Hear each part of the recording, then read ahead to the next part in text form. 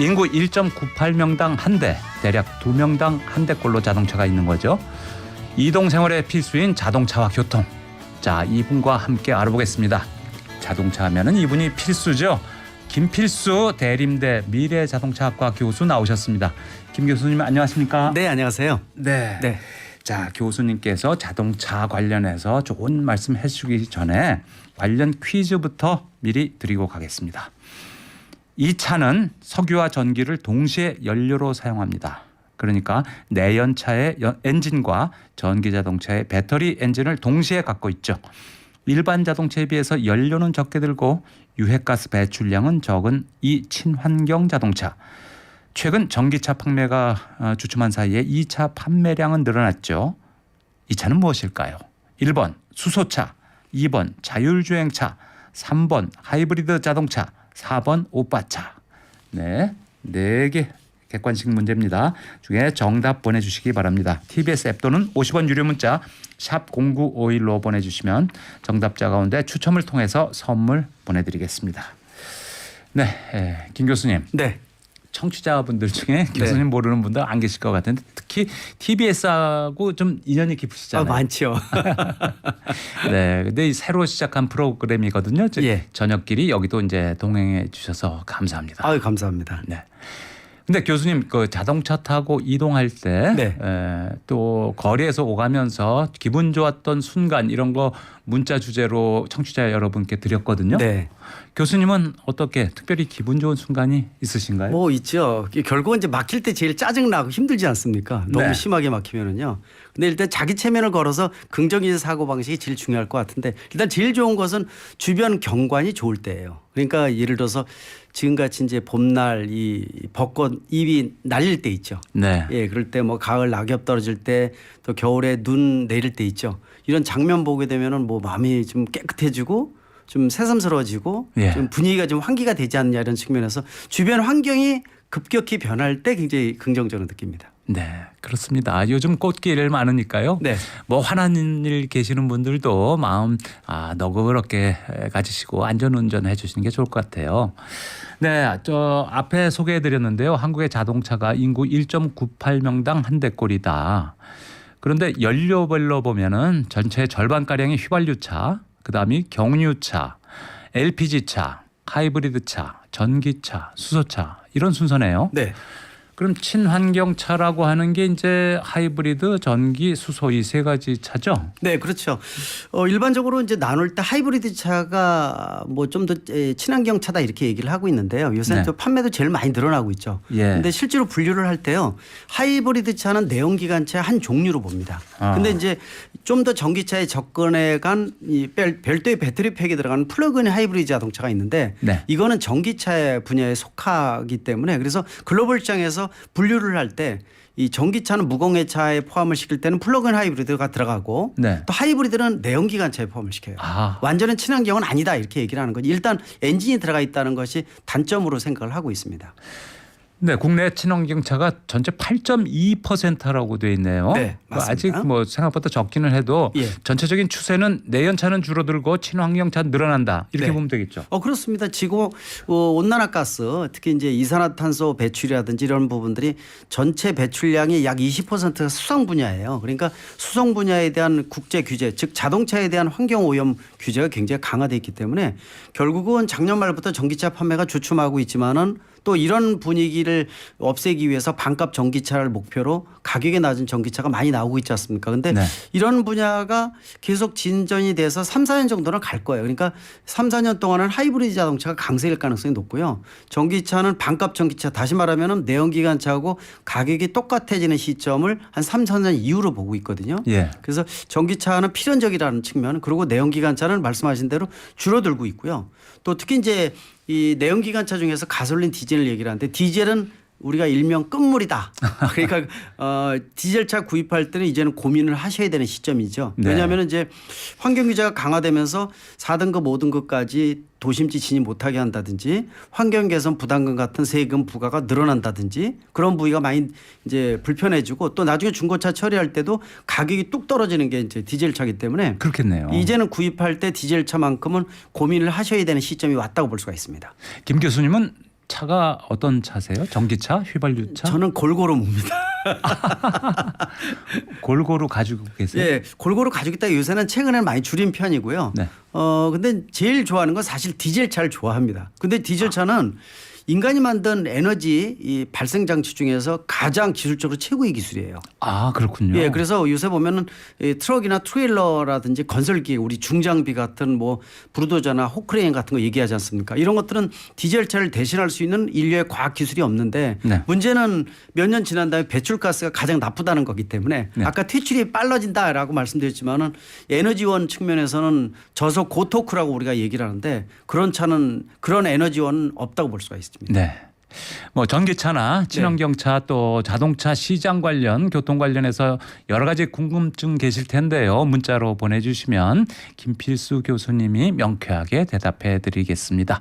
TBS 앱 또는 50원 유료 문자 샵 0951로 보내주시기 바라겠습니다.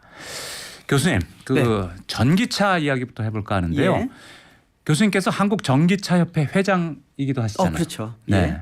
근데 국내 전기차 시장이 지금 주춤하다고요? 그렇습니다. 작년 후반부터 아마 현상 느끼실 거예요. 근데 글로벌 시장이 마찬가지인데 대한민국이 전기차 판매가 더 많이 줄어들었어요. 네. 그래서 아까 말씀드린 대로 올해 초부터 뭐 여러 이 글로벌 제작사들이 가격을 낮춘 전기차가 많이 쏟아져 나오고 있거든요.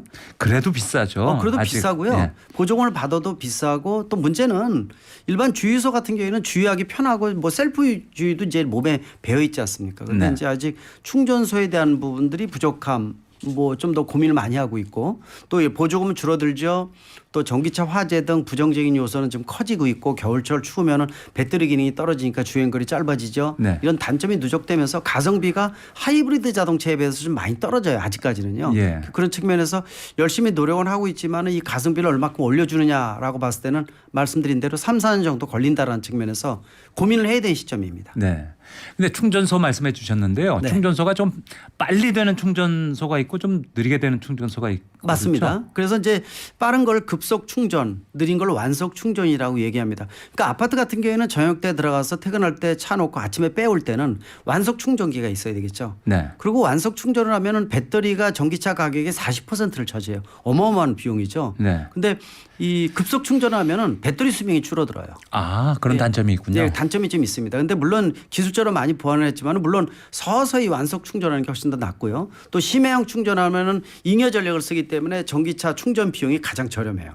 근데 네. 그 저 아파트에서 누가 전기 꼽아 놓고서 말이죠. 네. 아침까지 안 빼놓으면은 그거 못 그래서 쓰잖아요. 지금 대한민국이 이 충전 시설, 충전 인프라에 대한 것은 가장 최악의 조건을 갖고 있습니다. 왜 그러냐면은 예를 들어서 뭐 미국이라든지 북유럽 같은 게 땅덩이 넓은 국가는 아파트가 거의 없고 일반 가정주택이 많지 않습니까? 이런 그렇죠. 경우에는 넓은 뜰에다가 그냥 충전기 세워도 오면 되는데 자기 개인 집 맞습니다. 안에다가. 근데 대한민국은 도심지의 약 70%가 아파트에 거주해요. 네. 그러니까 연립주택, 빌라 생각하면은 집단 거주지 특성이 세계에서 가장 밀접도가 높기 때문에 결국은 땅으로 파고 들어가니까 예. 지하 주차장이고 지하 충전소입니다. 네. 90%가. 그래서 지하에 있다는 것 자체가 좀 조건이 까다롭고 또 이 주차 시설도 겨울에 이 좀 부족한 부분도 상당히 많이 있거든요. 이 상태에서 전기차 가지고 충전소를 내가 차지하고 있다라는 것은 여러 가지 트러블 요인도 많이 발생을 하고 있거든요. 예. 그런 부분들은 앞으로 해결해야 될 과제이기 때문에 그래서 대한민국의 충전 인프라나 이런 조건이 세계에서 가장 까다롭기 때문에 그래서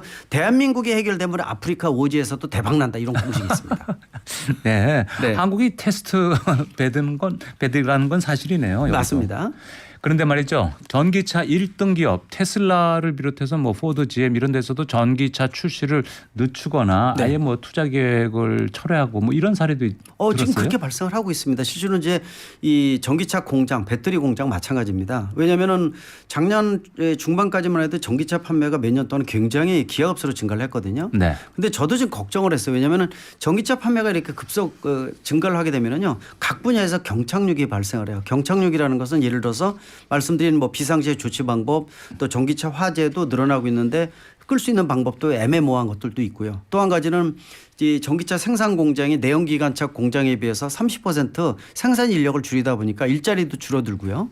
또 실제로 애프터마켓에서 정비 쪽도 일반 엔진 변속기가 없다 보니까 정비업소에서 할 일이 없어요. 네. 그래서 실제로 국내에 4만 5천 군데 정도의 정비업소가 있는데 3만 군데는 장기적으로 없어집니다.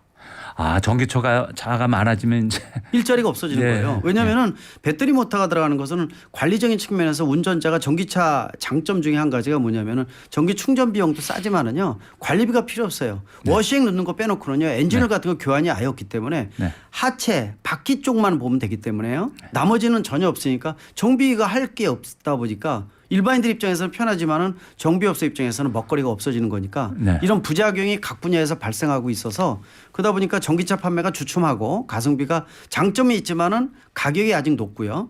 또 충전 인프라 문제 등등 불편한 부분이 있다 보니까 실질적으로 판매가 많이 줄어들었고 그래서 그런 가성비를 높이기 위한 여러 가지 노력을 진행을 하고 있지만은 아직 멀었다 이런 판단이 있다 보니까 지금 공장 준공을 늦춘다든지 또 건설 뭐 이런 것들도 아주 취소하는 경우도 있고요. 네. 템포 조절에 들어갔다라는 측면에서 앞으로 가성비를 높이기 위한 작업을 계속 진행 중이다 이렇게 보시면 될 것 같아요.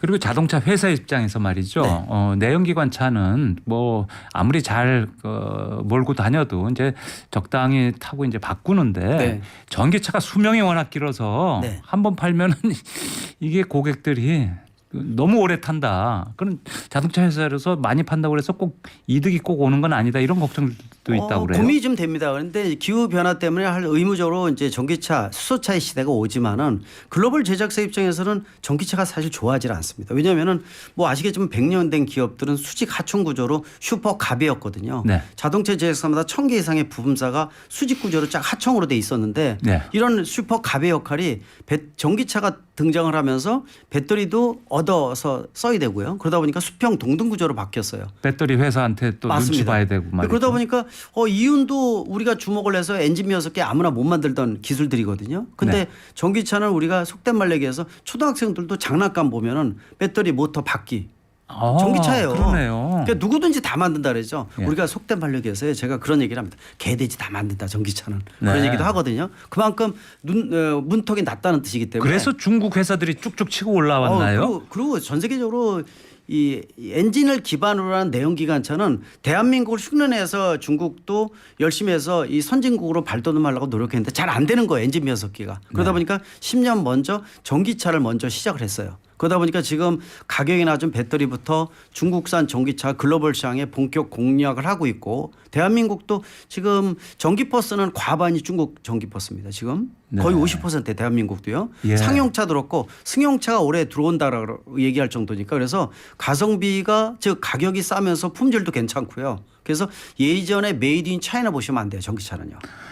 이제 중국산 전기차가 올해 들어올 가능성이 있다. 높습니다. 이 여름하고 가을 사이에 아마 지금 전체도 자문이 오거든요. 네. 예, 이렇게 여러 군데서 옵니다. 근데 그 품질 자체가 굉장히 뛰어나고 물론 이제 아직 이제 미국산이나 한국산보다 쌀 거 아니에요.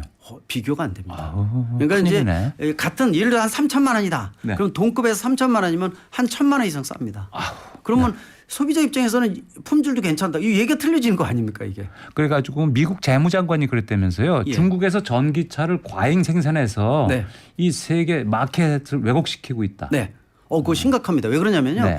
작년에 전기차 판매가 주춤하면서 이미 만들어진 배터리가 1년에 서너 배 정도를 만들어 놨다 이런 얘기를 할 정도입니다. 그러니까 중국에서 중국 시장이 가장 크지만 여기서 무장된 중국산 전기차가 글로벌 시장에 공략을 합니다. 근데 네. 유럽은 관세가 10%뿐이 안 되는데 문턱이 낮거든요. 예. 그래서 유럽은 계속 공략을 했었어요. 근데 미국은 27%거든요. 예. 못 들어갔었는데 이제 본격적으로 공략을 하다 보니까 글로벌 시장에서 공포감을 느끼는 겁니다.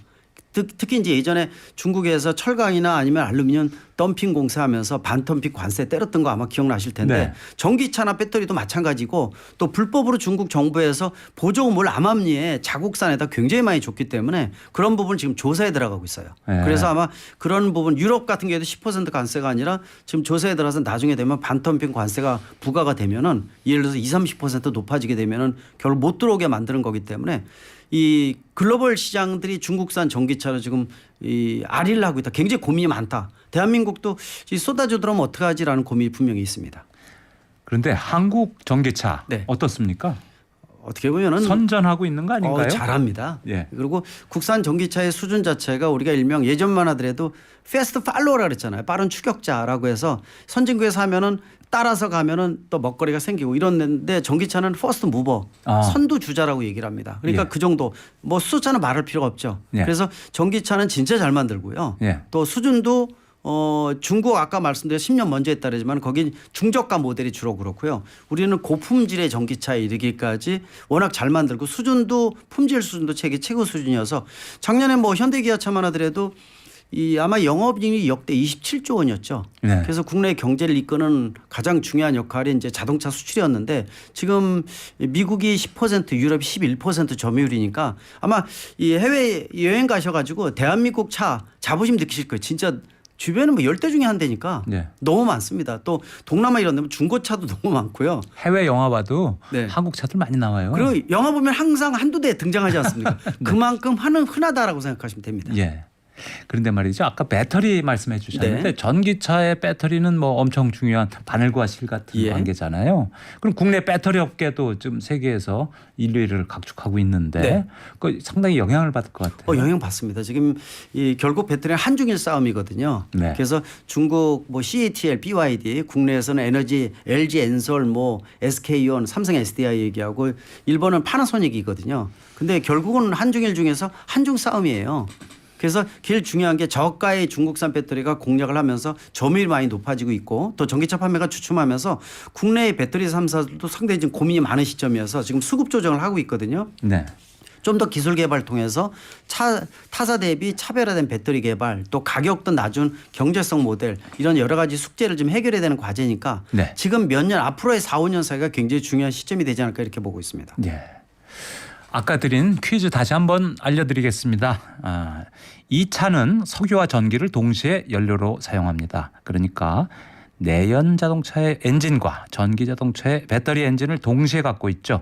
일반 자동차에 비해서 연료는 적게 들고 유해가스 배출량이 적은 이 친환경 자동차. 최근 전기차 판매가 주춤한 사이에 이 차 판매량은 늘고 있다고 합니다. 어떤 차일까요? 1. 수소차 2. 자율주행차 3. 하이브리드차 4. 오빠차. 네, 4개 중에 정답이 있습니다. 네, 샵 0951이나 문자로 보내주시면 정답 보내준 분 중에서 선정해서 선물 보내드리도록 하겠습니다. 네, 함께 가는 저녁길 서두원입니다. 오늘은 대림대학교 김필수 교수님 모시고 자동차에 관해서 얘기 나누고 있습니다. 문자 보내신 분들 많은데요. 몇 분 소개해드리겠습니다. 안양 소예 아빠님, 경기 광주 시내버스 기사입니다. 함께 가는 저녁 서두원님 출첵합니다. 네, 반갑습니다.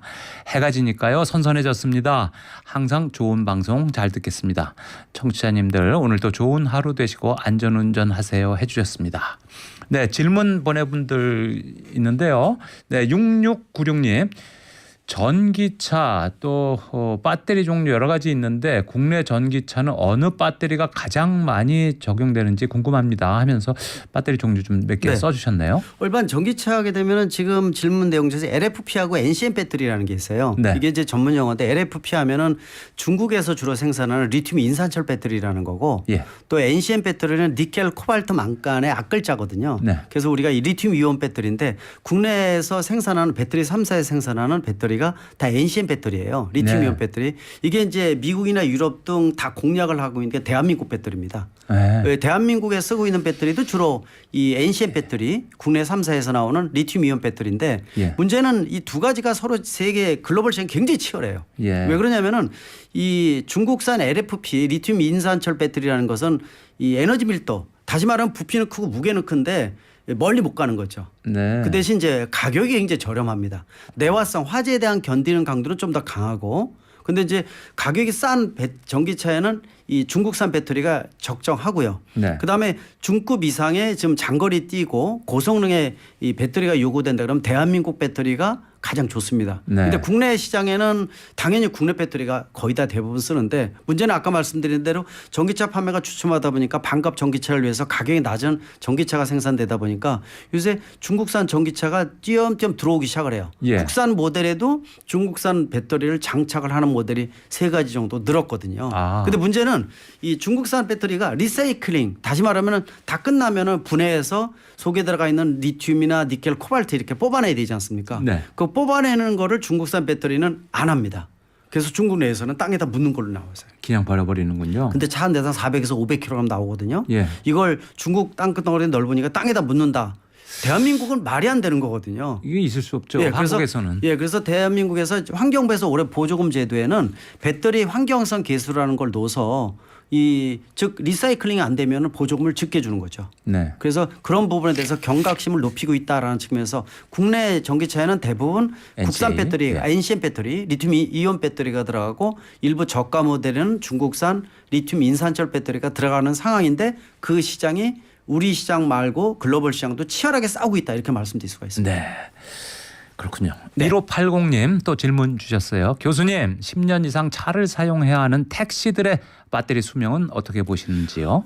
이 택시 같은 경우에는 1년에 운행하는 거리 자체가 어마어마하지 않습니까? 보통 네. 뭐 한 2년 되면 10만 넘어가 막 그런데 문제는 이 배터리 수명이라는 게 전기차의 가격의 40%가 고가니까 이거 소비자가 교체한다는 건 불가능한 얘기예요. 아예 차피차야 되거든요. 네. 그래서 이런 불안감이 있기 때문에 자동차 제작사에서는 전기차를 판매를 할 때 수명을 굉장히 길게 보증을 해줘요. 그러니까 배터리가 점점 충전 효율이 떨어집니다. 처음에 100이 들어갔다가 90이 들어갔다 80 이렇게 떨어지거든요. 그래서 지금 최근에 들어와서 국내 자동차 제작사에서는 충전 효율이 네. 예를 들어서 아마 70% 미만으로 떨어지면 배터리 무상 교환해줘요. 아, 네. 그래서 그런 것들이 이제 예를 들어서 뭐 20만 킬로 보장을 해준다든지 택시 같은 경우에도 그런 불안감이 있기 때문에 제작사에서 충전 효율이 몇 년 동안에 몇 킬로 뛰었는데 뭐 이하로 떨어진다 그러면 무상 교환해 주는 부분이 있으니까 너무 걱정 안 하셔도 되고요. 그다음에 예전과 같이 배터리 효율이 떨어지는 것들이 옛날에 나왔던 전기차가 그렇지 최근에 나오는 전기차 배터리는 그렇게 많이 안 떨어집니다. 네, 그만큼 많이 잘 좋아졌군요. 만든다는 거죠. 네. 그래서 너무 운행하실 때 전기차에 대해서는 그렇게 큰 걱정 안 하셔도 또 충전 이 횟수 자체가 1,500에서 2,000회 될 정도로 굉장히 좋아졌다는 거 그런 측면에서는 근데 이제 겨울철 배터리가 주행 거리가 한 20-30% 떨어지지 않습니까? 추우면, 네. 그건 공학적으로 아직까지는 완전 해결처럼 못 찾았어요. 예. 좀 고민을 해야 됩니다. 교통정보 하나 드리고 계속 이야기 이어나가겠습니다. 올림픽대로 공항 방면으로 강동대교에서 암사대교 쪽으로 4차로 추돌 사고 아까 알려드렸죠. 근데 이게 사고 처리가 아직도 진행 중이네요. 올림픽대로 공항 방면입니다. 강동대교에서 암사대교 방면 정체 계속되고 있습니다.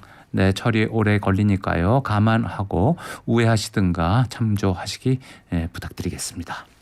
김필수 교수님. 네.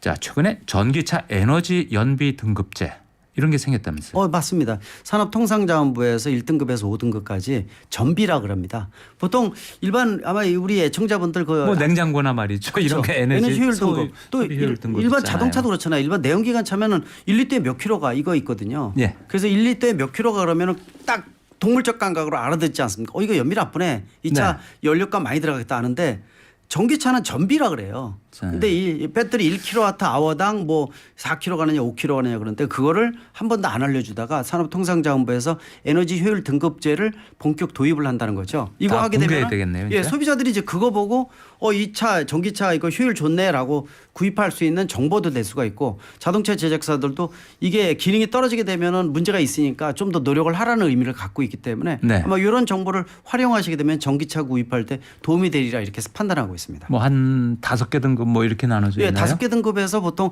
1kWh당 아마 5.8kg가 이렇게 잡혀 있을 거예요. 1등급이 1등급이요? 5.8kg 이상. 예. 그러니까 이제 한 거의 6kg 간다 그러면 진짜 좋은 차다. 예. 예. 우리가 예전에 그런 얘기 했었어요. 대형 고급차가 지나가면은 뒤에 가서 불안전요소대 냄새 맡고 따라가는 연비 좋은 차. 그렇게 얘기했거든요. 그러니까 네. 그 정도로 요새는 뭐 하이브리드 차 같은 경우는 연비가 리터당으로 따지게 되면은 20km에서 30km 사이거든요. 예. 어마어마합니다. 그러니까 나중에 계기판 쳐봐요. 예. 바늘이 안 내려가니까 이거 고장난 거 아니야. 그렇게 연비가 좋습니다. 네. 냄새 맡고 따라가는 차죠. 근데 이제 하이브리드도 두 가지가 있잖아요. 아까 잠깐 설명해 주셨는데 플러그인 하이브리드. 네, 그다음에 그거 일반 말고 하이브리드. 그냥 일반 하이브리드. 네. 일반 하이브리드는 그렇게까지 높지는 않더라고요. 그렇죠. 일반 하이브리드는 그래도 연비가? 높아요. 예. 그걸 가장 잘 기술적으로 원천 기술을 갖고 있는 나라가 일본 도요타하고 한국의 현대라고 보시면 돼요. 예. 그러니까 기술적으로 굉장히 완성도가 뛰어나서 연비 뛰어나죠. 근데 말씀하신 대로 일반 하이브리드는요. 네. 엔진하고 배터리를 겸용으로 써요. 예. 근데 배터리 용량이 적기 때문에 한 4km 정도 가면은 이 엔진을 가동을 해야 됩니다. 근데 플러그인 하이브리드라는 것은 이 하이브리드 자동차에다가 별도의 배터리 팩을 하나 더 집어넣었어요. 그래서 배터리 즉 전기차 모드로 한 30에서 40km 가니까 대한민국이 보통 집에서 직장 사이 왕복이 35.5km를 가다니까 월요일에서 금요일까지는 전기차로만 가는 거죠. 네. 주말에 가족 태우고 교회로 나갔을 때 일주일에 한 번 엔진이 가동이 되는 거다. 그런 예. 측면에서 엔진 가동을 안 한다는 얘기는 무공해로 쓴다는 뜻이기 때문에 플러그인 하이브리드가 장점이 큰 만큼 가격이 좀 비싸죠. 근데 대한민국은 플러그인 하이브리드가 많이 판매가 안 됐어요. 보조금을 예전에 정부에서 덜 주는 바람에 다 해외에서 수입되는 모델도 플러그인 하이브리드를 국내 판매를 안 했거든요. 네. 그러다 보니까 국내에서 플러그인 하이브리드 공급된 모델이 거의 없어서 잘 모르죠. 독일산 하이브리드들이 되게 독일이 플러그인 하이브리드가 많습니다. 그래서 뭐 전체 그것도 친환경 전기차처럼 다 꼽아야 되는 거, 전기 꼽아서 충전해야 되는 그래서 거잖아요. 플러그인 하이브리드는 구멍이 두 개입니다. 예. 하나는 주유 구멍, 하나는 플러그 꽂는 구멍. 예. 그래서 플러그인이라는 게 플러그가 붙은 일반 하이브리드 차다 이런 뜻을 가지고 있습니다. 네. 아까 퀴즈 드렸는데 많은 분들 문자 주고 계신데요. 아까 문제가 너무 어려서 오빠 차가 아닌가 이런 생각이 들었어요. 아유, 금방. 네. 교수님, 그런데 말이죠. 네. 지난 주말에 SUV 전기차가 인도로 돌진을 했는데 이제 견인차가 와서 그걸 수습을 했거든요. 예. 근데 견인 기사가 그 감전당하는 사고가 났었어요. 맞습니다. 중환자실 들어갔어요. 어우. 네, 저도 그것 때문에 이 인터뷰 많이 해요. 전기차 사용 중에 감전 사고 이거 소비자들 이거 깜짝 조심하셔야 놀랐을 돼요. 거예요. 제가 항상 우려했던 부분들이에요. 예전에 칼럼이나 방송에서 굉장히 얘기 많이 했거든요. 왜냐하면은 지금 현재로서는 그래서 전기차 판매가 너무 급박하게 너무 빨리 진전되다 보니까 소비자들한테 전기차를 몰 때 내연기관차의 다른 부분들을 가르쳐 줘야 되는데 교육시키는 데가 없어요. 매뉴얼도 없어요. 네. 제가 그래서 그걸 정부나 아니면 제작사에다가 강조를 굉장히 많이 하거든요. 틀린 점 몇 가지 말씀드릴게요. 지금 예. 이번에 사건 난 것도 전 세계적으로 대한민국 소방서가 전기차에 대한 준비가 가장 많이 돼 있는 국가 중에 하나입니다. 그렇군요. 예. 근데 이제 뭐가 중요냐면은 이 군항 구조 매뉴얼이 따로 있어요. 그래서 예를 들어서 전기차가 사고가 났다. 근데 안에 있는 탑승객이나 운전자가 쓰러져 있다. 근데 쓰러져 있는 게 사고로 쓰러진 건지 감전으로 쓰러진 건지 모르거든요. 그래서 접근할 때는요. 소방대원들이 특수 절연 장갑부터 복장을 특수하게 하고 들어가서 감전에 대한 조치를 취한 다음에 장비를 가지고 나중에 사람을 구출을 해요. 네. 근데 이번에 이제 그런 부분들이 어떻게 보면 소홀해졌다 이렇게 볼 수가 있죠. 왜냐하면은 견인 기사가 스타트 버튼 눌렀는데 스타트 버튼 자체가 알루미늄이 돼 있으니까 도체이지 않습니까? 네. 근데 사고 난 이유는 언제든지 배터리에 대한 고압 대전류가 사람한테 감전할 수가 있어요. 네. 근데 이런 경우가 언제 생길 수가 있냐면요. 운전하실 때 조심 좀 신경 쓰셔야 되는 게 여름철에 침수도로 지나가지 않습니까? 침수도로. 근데 침수도로가 보통 일반 내연기관차는 밖에 3분의 2 정도 이하일 경우에는 서서히 지나가도 된다 이렇게 말씀드렸지만은 지금 전기차는 3분의 2 하면 밑에 배터리가 다 잠겨요. 큰일 나겠네요. 근데 2중 3중으로 물론 방수 처리가 돼 있습니다. 근데 100% 보장은 안 돼요. 예. 그래서 되도록이면 침수도로는 우회도로 찾는 게 좋고요. 또 과속 방지턱이 전 세계에서 제일 많은 국가가 대한민국이거든요. 너무 높고 너무 많아요. 그렇죠. 네. 또 도료가 지어지거든요. 지방 같은데. 네. 근데 모르고 지나가다 덜컹하면서 내연기관차 바닥에 툭 쳤던 기억 나시죠? 예. 근데 전기차는 바닥에 배터리이기 때문에 충격이나 압력을 받으면 문제가 생길 수가 있어요. 화재가 생길 수도 있습니다. 그래서 그것 조심하셔야 되고. 고장 날 수도 있고 화재가 그렇습니다. 불날 수도 그래서 항상 조심하죠. 그다음에 젖은 손이나 비 오는 날 지붕이 없는 충전소에서 충전하시면 안 돼요. 어휴. 그 신경 쓰셔야 되는 거. 근데 아무것도 아닌 것 같아도요. 예. 그 한 번 조심 안 하면은 사고 생길 수가 있고 또 전기차 화재가 생기게 되면은 온도도 1000도씨까지 올라가고 네. 또 발화 요인 세 가지 요소가 물 속에서도 불꽃이 안 꺼지는 게 전기차거든요. 그래서 골든 타임도 짧기 때문에 내연기관차에 비해서 안전한 것을 하고 탑승객 운전자가 빨리 골든 타임이 짧다는 것도 한번 고민을 하셔야 되는 게 또 전기차의 특성이니까 지금 말씀드린 몇 가지 내용은 전기차 운영자분들이 좀 더 고민을 하고 생각을 가지실 필요가 있습니다. 전기차에 불이 나면 물 속에서도 안 꺼진다. 안 꺼집니다. 네. 왜냐하면 배터리 자체가 이 발화 요인이라는 게 온도하고 네. 높은 발화 온도, 그다음에 산소, 네. 그다음에 가연성 물질이거든요. 이 세 가지가 안에서 다 나와요. 네. 그러니까 물 속에서도 불이 안 꺼져서 그래서 이동용 수저 가지고 소방차에서 물을 담궈 놓고 불나는 차 있죠. 7시간, 8시간까지 간 적이 있어요. 미국에서는 예를 들어서 이 쓴 한 대를 불을 끄는데 네. 7시간 동안 8명의 소방대원이 7시간이 걸렸고 예. 들어간 물이 11만 리터를 썼는데 11만 리터가 어느 정도 크냐면 일반 내연기관차 1000리터 써요. 1000리터 쓰면 불 다 꺼. 예, 끌수 근데 있죠. 10만 리터 이상을 썼는데 10만 리터는 미국 과정에서 2년 동안 쓰는 물수는 한 대에다가 쏟아부은 거예요. 그래서 그런 보고서까지 나왔습니다. 그러니까 신경을 무서워. 써야 돼요. 그리고 한번 불나면 끄기도 엄청 힘들다고 하던데요. 빨리 끌 수도 있고 그래서 요새 이제 이동용 수저나 질식 소화포 두 가지 쓰고 있는데 신기술이 많이 나오고 있어요. 그래서 지금 말씀드린 내용에 대해서 공포감을 가실 필요는 없고요. 근데 내가 전기차를 타고 있는데 내가 타던 차에 불이 붙었다. 그럼 어떻게 해야 됩니까? 제일 좋은 것은 안전한 곳으로 왜냐하면 온도도 높고 불길이 세기 때문에 네. 이 주변에 인화될 수 있는 물질이 없는 이런 쪽으로 이동을 한 다음에요. 탑승객 안전한 곳으로 빠져나와서 119 연락하는 게 제일 좋습니다. 네. 제일 빠른 방법입니다. 그래서 사람이 다치지 말아야 되거든요. 예. 그리고 딴 데 확산이 되지 말아야 되는 게 예전에 국도에서 불이 났는데 예. 그게 저 풀로 옮겨 붙어가지고 산불까지 옮겨 간 경우도 있고요. 네. 예전에 그 고속도로에서 지붕에 방음 터널에서 불나다가 그게 옮겨 붙어가지고 여러 명 사망 났던 사고 1년도 채 안 됐죠. 예. 그런 생각지도 못한 사고로 확대될 수가 있어요. 그래서 안전하게 주변에 가연성 물질이 없는 지역에다 놓는 것이 가장 또 중요하다고 볼 수가 있습니다. 네. 0000님 문자 주셨어요. 교수님 1톤 포터 전기차는 주행거리 더 늘릴 수가 없나요? 제가 1톤 포톤 전기차 때문에 고민이 많습니다. 네, 정부 정책 연구 여러 번 하고 예. 이거 주문을 하고 있는데 두 가지 방법뿐이 없어요. 왜냐하면 1톤 전기차가 지금 전체 국내에 판매된 57만 대 전기차 중에서 10만 대가 넘습니다. 그러다 네. 보니까 1톤 전기차가 생계형이 많아서 옮겨 다니면서 충전도 많이 시켜야 되는데 문제는 주행거리가 210km예요. 근데 겨울에 짐 싣고 배터리 기능 떨어지지 않습니까? 네. 130km까지 떨어져요. 네. 그러니까 갈만 하면은 또 충전시켜야 돼요. 완충해봤자 130. 그래서 두 가지 방법이 하나가 필요합니다. 하나는 이 지금 두 가지 모델이 국내 수입산까지 세 가지 모델의 1톤 전기차가 판매되고 있는데 네. 문제는 설계를 이 전기차 전용 플랫폼을 가지고 재설계 차를 다시 만들어야 돼요.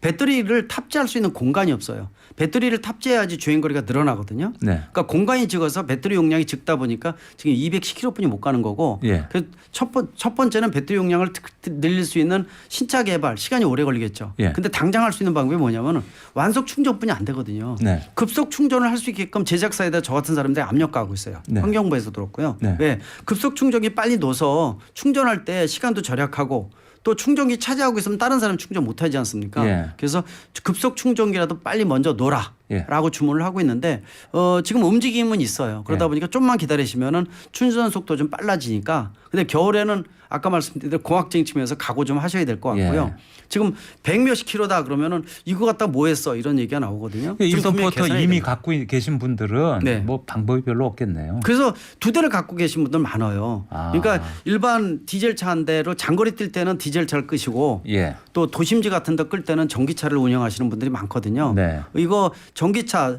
디젤 차는 노후화되면 배출가스 많이 나오는 거 말씀드렸잖아요. 예. 이거 폐기시키고 전기차를 편하게 쓸 수 있게끔 물론 이제 작년 말로 디젤 차는 단종이 됐고 네. 올해 1월 1일부터는 LPG 차 환경 오염이 덜 되거든요. 1톤 LPG 트럭이 판매되고 있으니까 예. 좀 더 고민을 해야 되는 1톤 전기차라고 볼 수가 있습니다. 자, 2037님의 질문입니다. 교수님, 요즘 전기차 급발진도 많고 화재도 취약한데 친환경이라면서 계속 할인까지 하면서 홍보하는 것 같은데 구매해도 될까요? 아니면 내연기관 차량 구매해야 될까요? 일단은 내연기관 자체만 있는 차는 구입하는 거에 대해서 고민을 좀 하셔야 되는 시점이 왔습니다. 디젤차는 구매하시면 좀 안 좋고요. 네. 또 순수 가솔린도 찜찜하거든요. 그래서 현실적으로 제일 좋은 건 하이브리드 차예요. 네. 하이브리드 차나 플러그인 하이브리드가 제일 현실적으로 좋고요. 전기차도 1가구 2차량이거든요. 지금 아까 2명당 2명당 한 대씩이지 않습니까? 대한민국이. 네. 그러다 보니까 전기차는 이 운행할 때 비용이나 이런 것들은 굉장히 저렴해요. 또 네. 중요한 부분들이 뭐냐면은 전기차만 급발진 있는 거 아닙니다. 하이브리드차, 내연기관차 급발진 다 있습니다. 네. 전자제어 이상이라고 보시면 되고 제가 급발진 연구 회장 아닙니까? 여기도. 그래서 급발진만 생기면은 뭐 여러 가지 때문에 고민이 굉장히 많거든요. 예. 또 화재에 취약하다고 했는데요. 전기차 화재 아까 말씀드렸지만 내연기관차 화재가 국내 260만 대, 2,600만 대 등록돼 있다고 말씀하셨는데 1년에 이 내연기관차 화재가 4,500건에서 5,000건 생깁니다. 하루에 12건 생겨요. 어이구. 어마어마하죠. 예. 근데 주변에 많은데 하도 흔하니까 발표 안 하는 거예요. 예. 방송 전기차만 부각되는 것 같은데 실제로 전체 비율을 보면 아직 전기차의 화재 건수가 전체 훨씬 적다. 그러나 이 전기차는 신형이 많기 때문에 네. 근데 내연기관차 30%가 10년 이상 된 차인데 그것까지 포함해서 이 정도인데 전기차가 오래돼 가지고 누적 대수가 늘어나고 오래되면은 불이 날 확률이 늘어날 수밖에 없거든요. 예. 그래서 이런 대책도 있기 때문에 그러나 공포감 가실 필요 없고요. 전기차의 장점을 부각해서 뭐 두 대 중에 한 대 정도 구입한다든지 그러나 이제는 순수 내연기관차 구입하는 것은 고민을 하셔야 된다라고 분명히 다시 말씀드리고 싶습니다. 네. 네, 교수님. 이제 비가 슬슬 많아질 것 같은데요. 예. 여름 되면 뭐 집중호우도 올 테고 말이죠. 네. 전기차가 침수가 되면 어떻게 됩니까? 일단 뭐 2중, 3중으로 방수 기능은 다 있어요. 그래서 네. 뭐 여러 가지 뭐 그런 테스트하는 거 이런 장면들도 간혹 나오고 있는데 예. 그런 게 반복되게 되고 노화되게 되면은 이 구멍은 생길 수밖에 없고 누수가 될 수밖에 없고 또 아까 감전 사고 말씀드렸지만은 문제가 누전이 되게 되면 누전으로 인해서 사고도 발생하고 차도 고장 나지만은 감전이 가장 위험하거든요. 그래서 이 100% 안전성은 없습니다. 전기 에너지는 물을 싫어하거든요. 그래서 침수도로 지나가실 때 지금 주의하셔야 될 것 같아요. 그래서 아까도 말씀드렸지만은 일반 내연기관차 지나가는 정도의 깊이로 전기차 지나가지 마시고요. 네. 좀 더 이 타이어로 따지면 한 반 미만. 네. 근데 일반 내연기관은 3분의 2 정도까지는 가능하거든요. 실험을 해보면은. 예. 근데 과반 넘어가면은 우회도로 찾는 게 좋고요. 건너가지 않는 게 좋으니까. 그리고 젖은 선으로 충전하지 마시고 일단 이 전기 에너지에 대해서는 그만큼 바닥에 있는 배터리가 대용량 고전압 대전류입니다. 네. 예, 그래서 항상 그 신경 움직이는 가전제품 움직이는 생활공간이라 생각하시면 좋을 것 같으니까 예. 내연기관차하고 같지 않습니다라는 걸 꼭 주의하시면 좋을 것 같습니다. 네. 네. 자, 오늘 퀴즈 내드렸죠. 정답과 당첨자 발표해드리겠습니다. 많은 분들 정답 보내주셨는데요. 문제는 내연차의 엔진과 전기자동차의 배터리 엔진을 동시에 갖고 있습니다.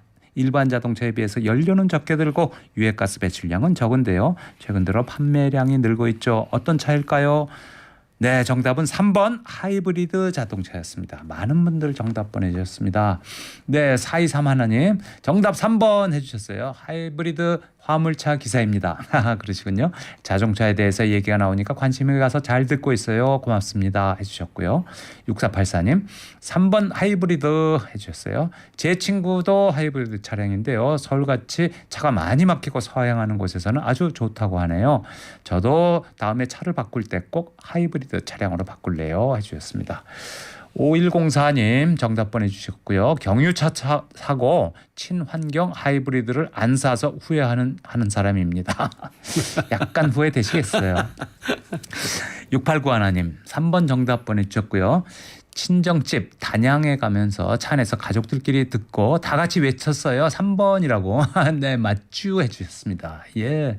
2117님 정답 보내주셨고요. 저 어렸을 때는요 기름과 가스가 모두 들어가는 차를 본 기억도 나요. 해주셨습니다. 이게 이제 이 바이퓨얼 차라고 예. 이 휘발유하고 이 LPG 가스를 동시에 쓰는 차. 요새 네. 바이퓨얼 차 많이 나오거든요. 예. 아마 그 차 얘기하신 것 같아요. 네. 네, 참여해주신 모든 분들께 감사드리고요. 이 중에서 6891님, 4231님, 5622님 세 분께 선물 드리겠습니다. 당첨 축하드립니다. 6891, 4231, 5622님 축하드립니다. 네. 자, 그러면 교수님. 네. 전기차 이용하시는 분들 특별히 주의할 점이나 이용 팁 같은 거 한 말씀만 해 주신다면요. 네, 전기차는 충전할 때 심해양 완속 충전이 이 이점이 굉장히 큽니다. 일단 충전 전기비가 가솔린 대비해서 25% 30%뿐이 안 됩니다. 네. 그 대신 이제 단점이라고 볼 수 있는 것은 아직까지 공급된 대수가 57만 대뿐이 안 되니까 혹시 접촉 사고가 생기게 되면은 부품비나 공인비 또 수리 기간이 깁니다. 네. 그래서 그런 부분들 그 접촉 사고가 생기면 안 돼요. 예. 그러면은 오래 걸린다는 거 꼭 염두에 두시기 바라고 물을 멀리하는 게 좋다라는 거 그리고 아까 과속 방지턱 주의하라고 말씀드렸죠. 네. 예, 그런 것들 염두에 두시고 혹시 이거는 뭐 내연기관차도 포함이 되지만은 차 안에다 유리깨는 비상망치 하나 정도. 소화기는 올해 말부터요 의무화돼서 네. 5인승 승용차까지도 소화기가 탑재돼야 돼요. 네. 의무화됩니다. 근데 이제 유리깨는 비상망치도 저도 의무화시키려고 정보하고 하고 있는데 왜냐면은 안 쓰면은 좋은 건데 깨고 운전석 나와야 옆에 되니까 그래서 깨고 위험할 나와야 때. 되고 뒤에는 예. 칼날하고 가위가 붙어 있는데 그게 네. 왜냐면은 차가 쓰러지거나 전복이 되면은 안전띠가 꼬이기 때문에요. 안 풀려요. 안전띠를 끊고 나올 수 있는 도구. 그렇죠. 뒤에 칼날하고 가위가 붙어 있어요. 그거 끊고 유리깨는 비상막지. 요새 또 썬팅, 틴팅이 돼 있다 보니까 잘 안 깨지거든요. 네. 그게 있고 없고가 죽느냐 사느냐를 결정을 하는데 굉장히 예. 중요합니다. 그래서 그거 또 불량도 2개 중에 하나예요 요새. 그래서 인증 기준도 없는데 네. 좀 좋은 거 하나 사시면은 이 차 옮기더라도 죽을 때까지 쓸 수가 있거든요. 예. 그래서 꼭 그것도 구입하시게 되면은 네. 훨씬 도움이 되지 않을까 이런 말씀 드리고 싶습니다. 네. 그 역시 이제 그리고 안전운전은 주변에 큰 차 많이 피하시고요. 이 한 템포 느린 여유 있는 운전, 템포 좀 양보 운전 굉장히 중요하니까 아침에 출근하실 때 5분 일찍이 굉장히 중요하거든요. 네. 워밍업 하시고 뭐 일반 내연기관 시동 걸으시고 차 한 바퀴 돌아오고 타이어나 이런 상태 보고 출발하시고 여유 있게 하시게 되면은 한 템포 들이면은 사고도 방지할 수가 있으니까 5분 있으면 5분 더 자는 게 나 이런 분이 있는데 네. 5분 일찍 일어나시면은 워밍업하면 몇 년 이후에 차 고장 빈도, 소음, 진동이 틀려집니다. 그래서 큰 차이가 나는군요. 큰 차이가 납니다. 그래서 꼭 한번 부지런하게 한번 보시면은 네. 또 타이어는 일일 점검이니까 꼭 하루 한번 꼭 보시기 바랍니다. 네. 지금까지 대림대학교 김필수 교수님과 말씀 나눴습니다. 교수님, 다음 기회에 또 좋은 말씀 부탁드리겠습니다. 오늘 감사합니다. 네, 고맙습니다. 네, 함께 가는 저녁길 서도원입니다. 오늘 순서 여기서 마치겠습니다. 저는 내일 저녁 6시에 다시 찾아뵙겠습니다. 고맙습니다.